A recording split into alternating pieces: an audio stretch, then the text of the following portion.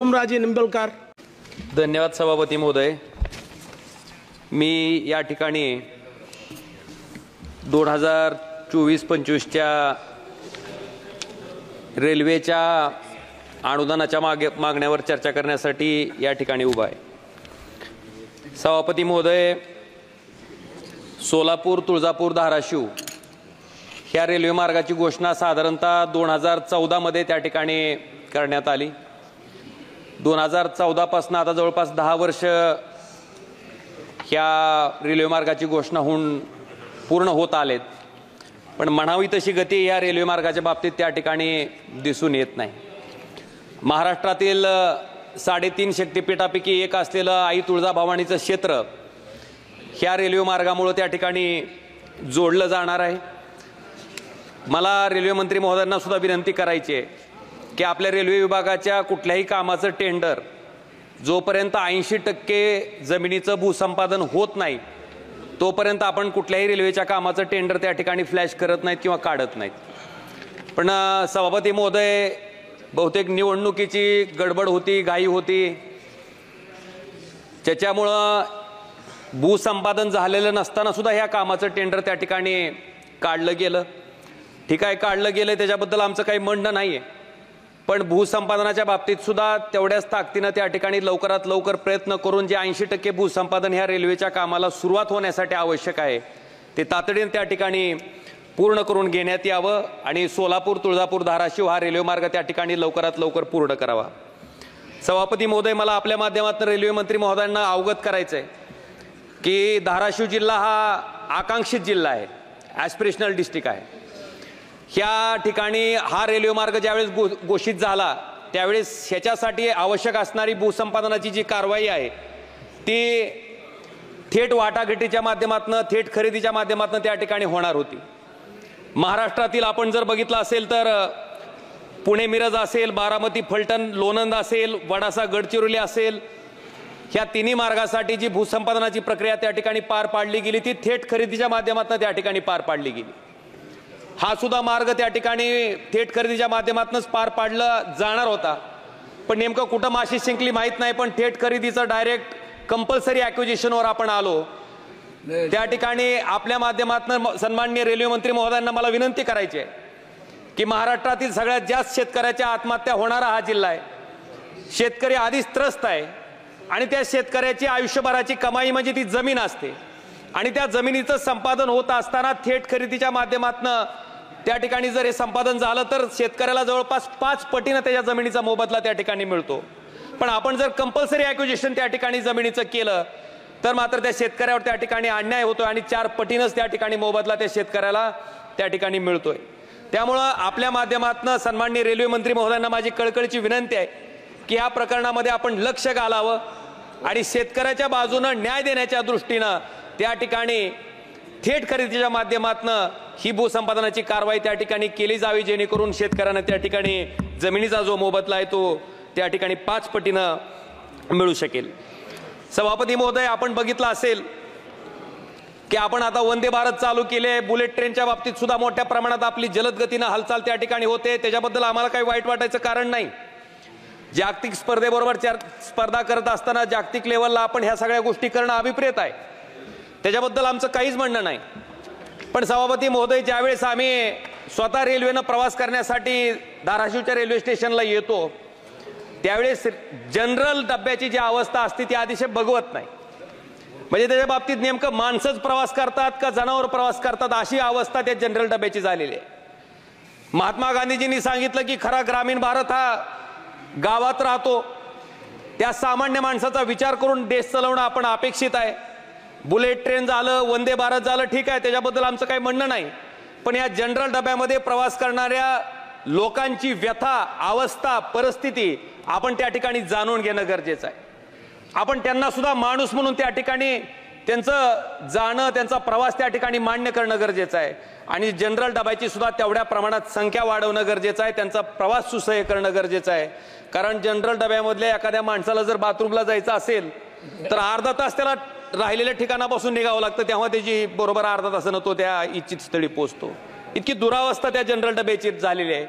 माझ्याकडे आलेल्या रेल्वे गाडी आली बिदरवरनं, की अक्षरशः जनरल डब्यामध्ये घुसण्यासाठी लोकांनी मधनं दरवाजे बंद केलेले असतात, ही लोक बाहेरून वाजवत असतात की उघडा उघडा दार उघडा, अशी बिकट अवस्था त्या ठिकाणी झालेली आहे।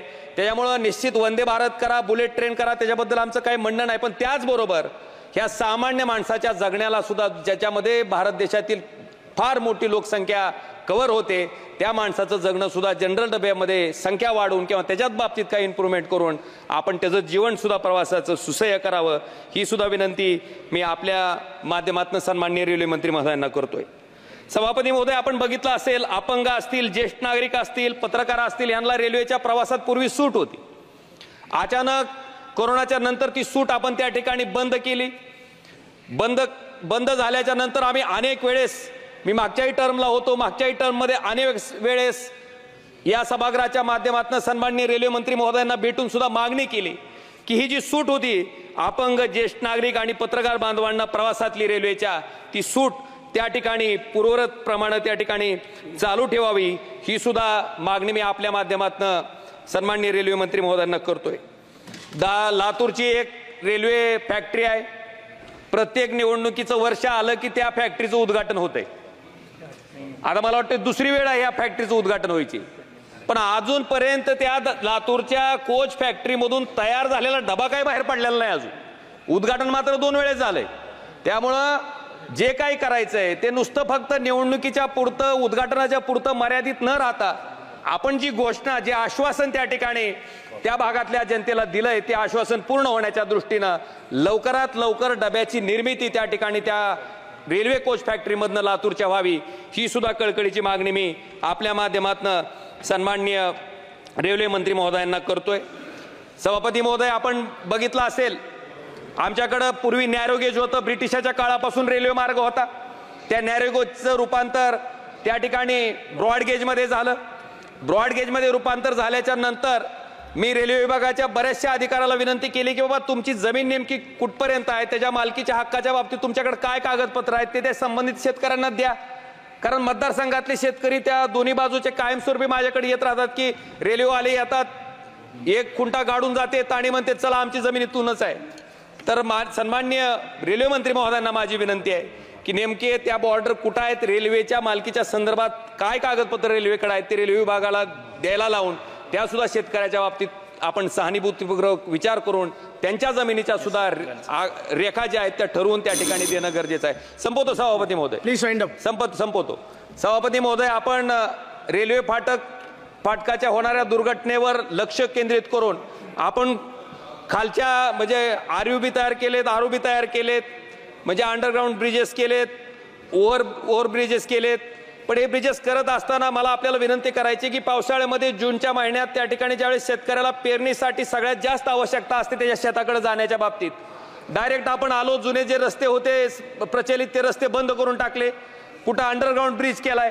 पण सभापती महोदय, त्या ठिकाणी जो आरयूबी आहे त्याच्यामध्ये पावसाचं पाणी साचल्यामुळे त्या ठिकाणी शेतकऱ्याला एका भागातून दुसऱ्या भागात त्या ठिकाणी जायला अडचणी येतात, जे रस्ते केले जातात ते सुद्धा अतिशय खराब दर्जाचे असतात।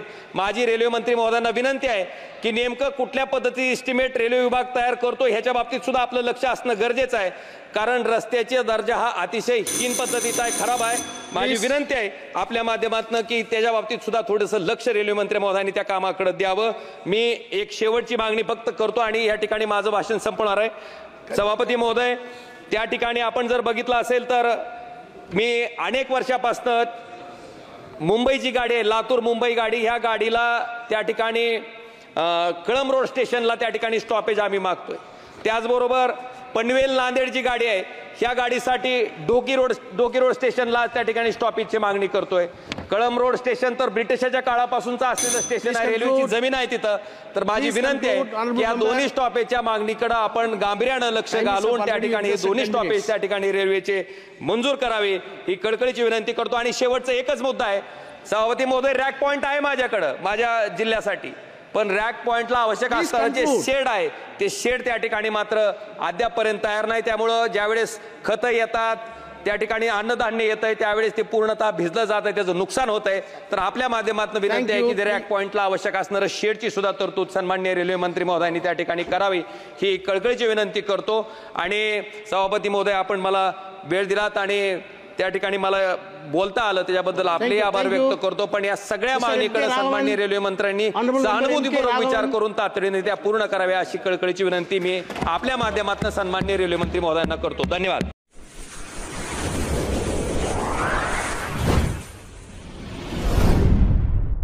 वीर महाराष्ट्र न्यूज चॅनलला लाईक आणि सबस्क्राईब करा। धन्यवाद।